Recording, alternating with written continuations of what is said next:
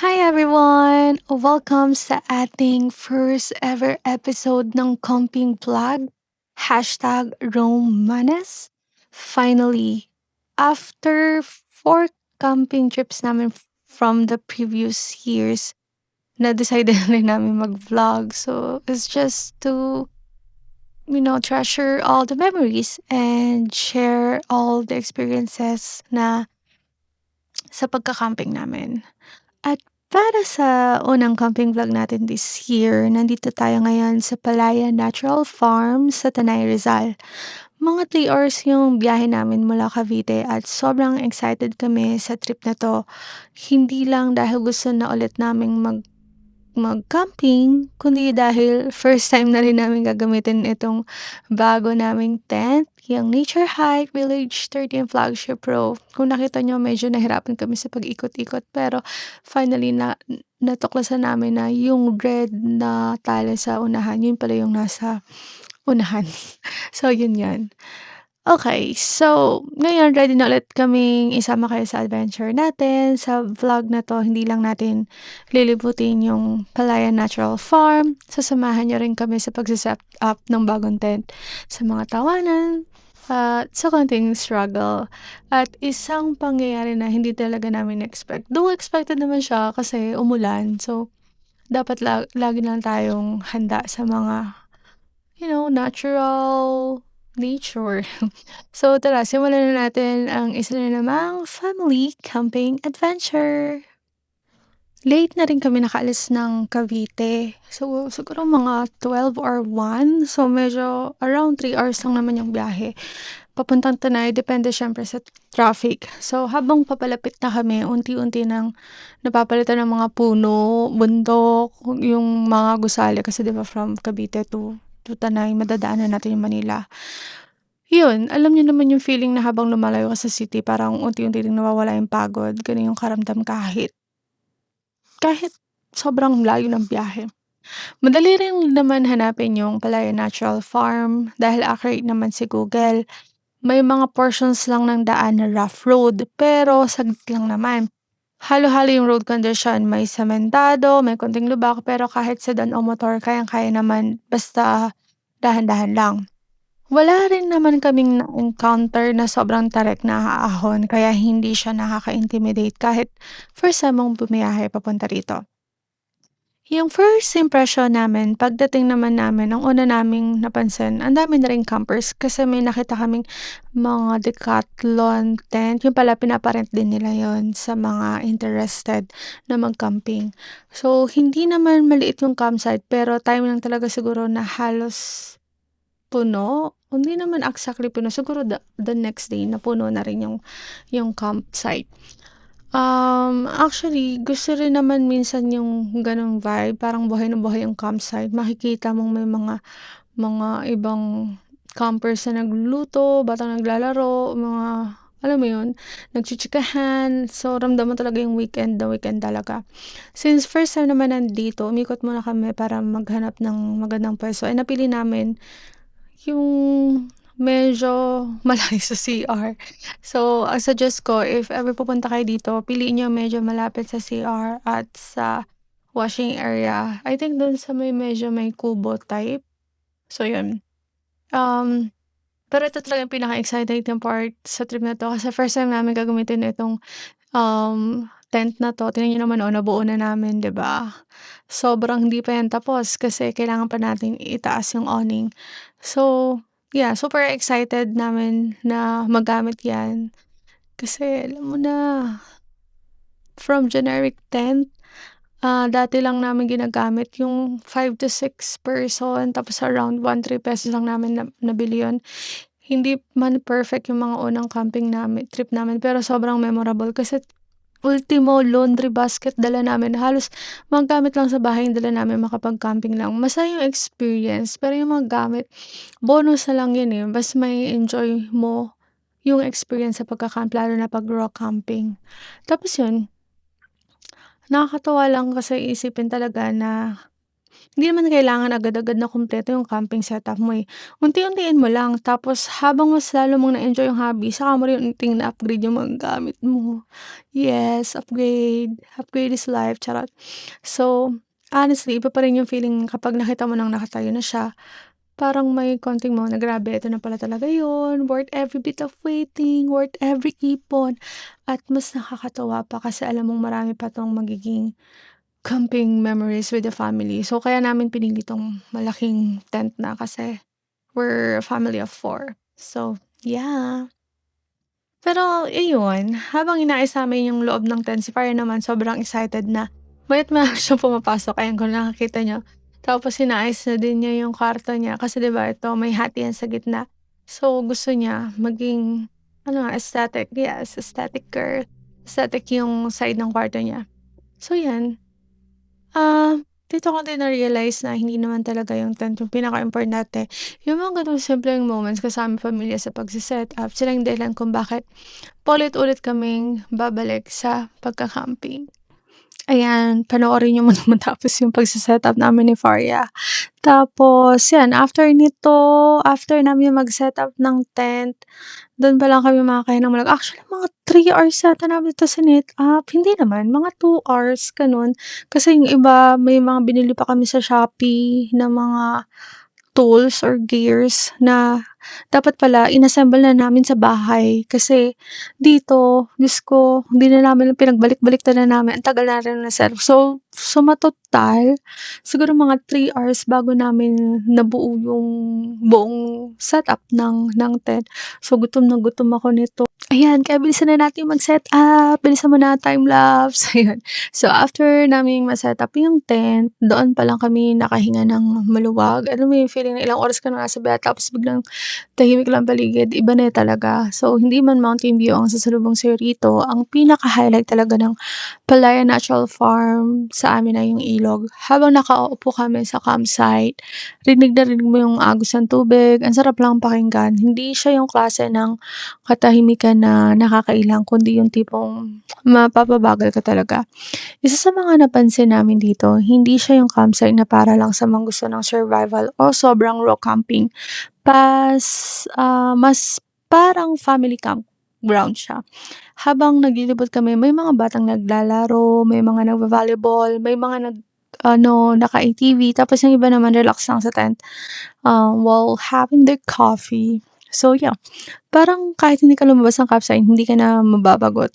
Kung may mga bata kayong kasama, feeling ko ma-e-enjoy talaga nila rito. Siyempre pagkatapos ng setup, ayan, automatic ng susunod yung kainan, 'yan. Ewan ko ba, pero bakit kapag nasa campsite parang doble doble lagi ang sarap ng pagkain. Kahit simpleng luto lang parang ang sosyal na, eh, 'no, ta's ang sipag mo pang magluto. Siguro dahil sa hangin, charot. O baka dahil sa gutom galing sa pagse-setup. Ayan, umaga na, nagising kami dito ng hindi alarm clock yung naririnig kundi yung mga ibon, huni ng kapitbahay, gano'n. Ito siguro yung mga isa sa mga favorite part namin sa camping, yung gigising kang walang hinahabol, walang meeting, walang traffic. So, ang iniisip mo lang ano yung lulutuin na breakfast. So, habang si Jason yung nagluluto, kami naman, ayan, nagpe-prepare lang ng mga ibang gamit diyan. Tapos, kahit minsan mas tumatagal yung trabaho pero siyempre hinahayaan na namin. Kasi yun, ano ba, wala na ako sa script ko. Pero yan, tuloy na nga natin 'to. Eto na, yun nga, hindi talaga kumpleto ang camping kung walang breakfast. Kasi 'di ba, kahit simpleng luto lang parang limang bituin yung lasa. Naks, 5 star.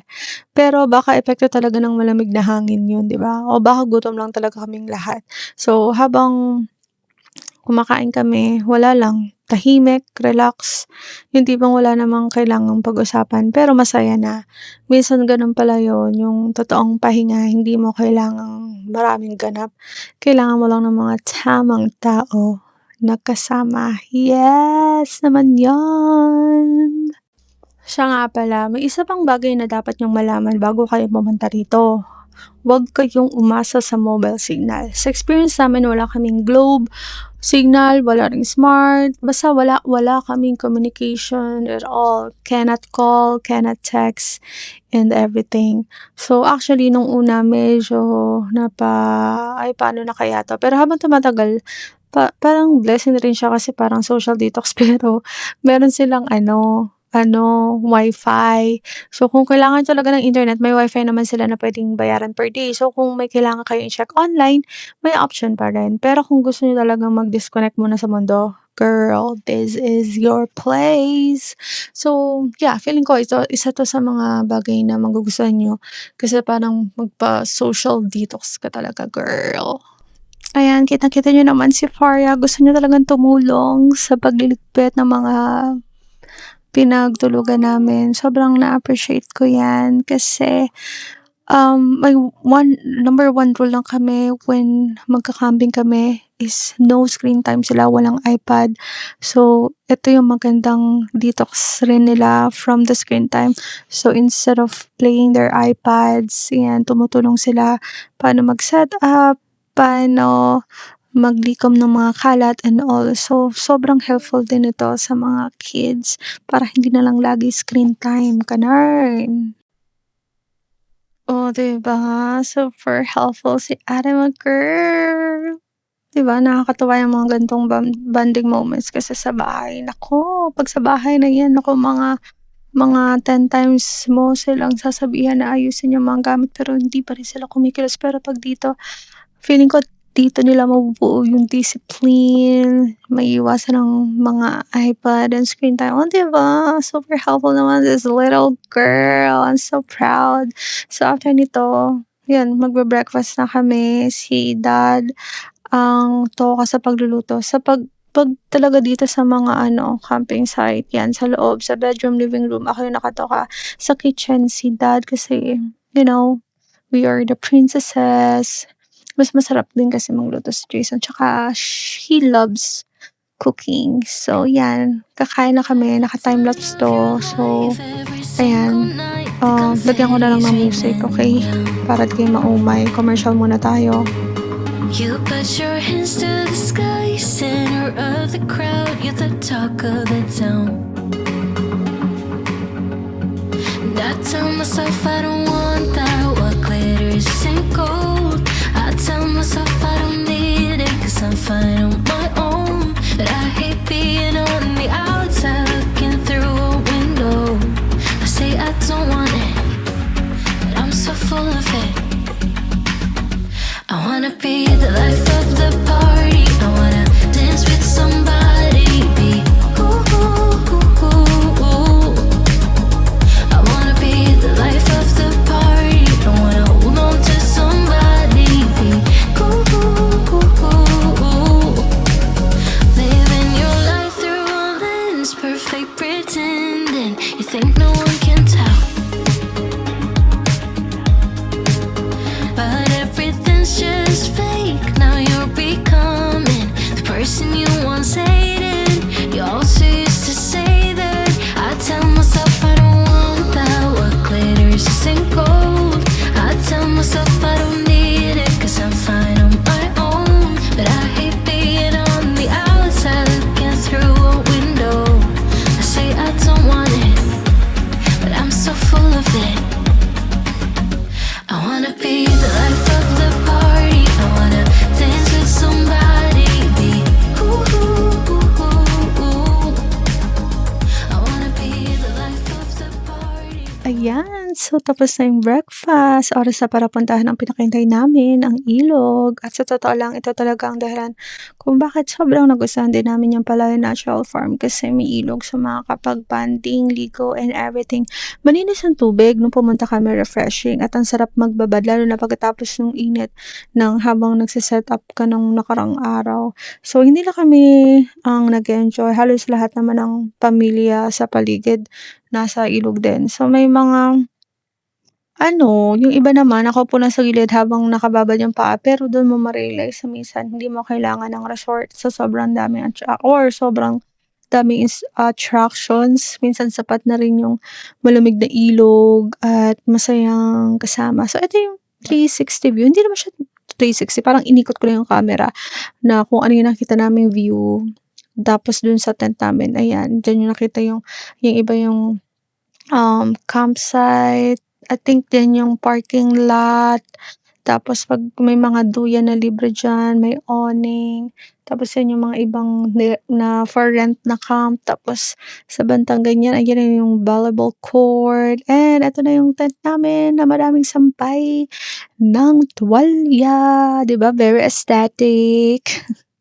Wala, ganyan talaga ang real life ng camping, wala tayong aesthetic. Ayan, chill-chill lang kami dito kasi umulan nito kahapon o ngayon, basta kahapon umulan 'yan. Tapos 'yun, sobrang na-enjoy namin yung ulan kasi naligo kami sa ulan habang namin yung mga tent namin. So 'yan, magca-camp break na kami. So, sobrang na-enjoy namin. So, habang nakaupo kami sa tent bago mag-break camp, napaisip ako kung sulit ba yung biyahe dito. Para sa'min, oo naman. Hindi dahil perfect ang campsite, pero kasi wala naman talagang perfect na campsite, 'di ba? May mga bagay pa rin na puwedeng i-improve. Halimbawa, medyo malayo na ngayon ng ibang CR dahil may mga bagong ginagawa pa. Actually, hindi man bagong ginagawa, may mga luma silang CR na hindi pa nare-renovate. So, hopefully ma-renovate nila 'yon.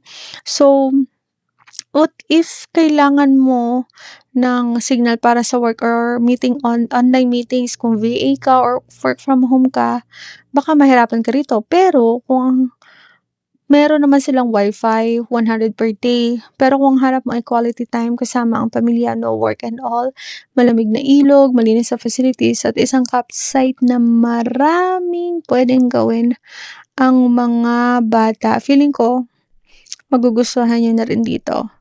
Kami, hindi muna siguro kami babalik dito, at hindi dahil hindi naman namin nagustuhan, kundi dahil ang dami pa naming gustong i-explore na campsites. Yun. Pero kung may magtatanong sa'min kung irerekomenda ba namin ang Palaya Natural Farm? Oo, lalo na kung family camping ang hanap niyo. So, ayun na nga, ba't ang tagal ng ano? Alam ko camp trip na tayo, Sige, tuloy mo 'yan. Tuloy mo 'yang pagpapanggap diyan na kunyari nagluluto, naglilinis, charot. Ayun na nga, so bale 2 nights kami dito and 3 days. Sobrang sulit naman ang camping na 'to. So ayun na nga, sobrang na-enjoy namin ulit yung pagbabalik camping namin, at eto, nakakalungkot na natapos agad. Medyo bitin pero kailangan na naming umuwi kasi may pasok ang mga bata't bukas. So, 'yan, maraming salamat sa pagsama sa aming first camping vlog, sa aming Romanes episode, naks, camping vlog. So, sana kahit papaano nakatulong 'tong video kung pinag-iisipan niyong subukan ng Palayan Natural Farm. Kung may mga tanong kayo tungkol sa campsite o camping setup namin, i-comment niyo lang sa baba. Masaya kaming mag-share ng mga experience sa'min. At gusto rin naming malaman saan naman ang maire-recommend niyong campsite na dapat naming puntahan next. Baka doon na ang susunod nating adventure. Kung nag-enjoy kayo sa vlog na 'to, huwag kalimutang i-like at mag-subscribe para makasama namin kayo sa mas maraming family camping trips. Kita-kits sa next camping adventure! Happy camping, everyone! Babush! I thought it would kill me. I thought it would kill me to fall again. But I hit the ground running.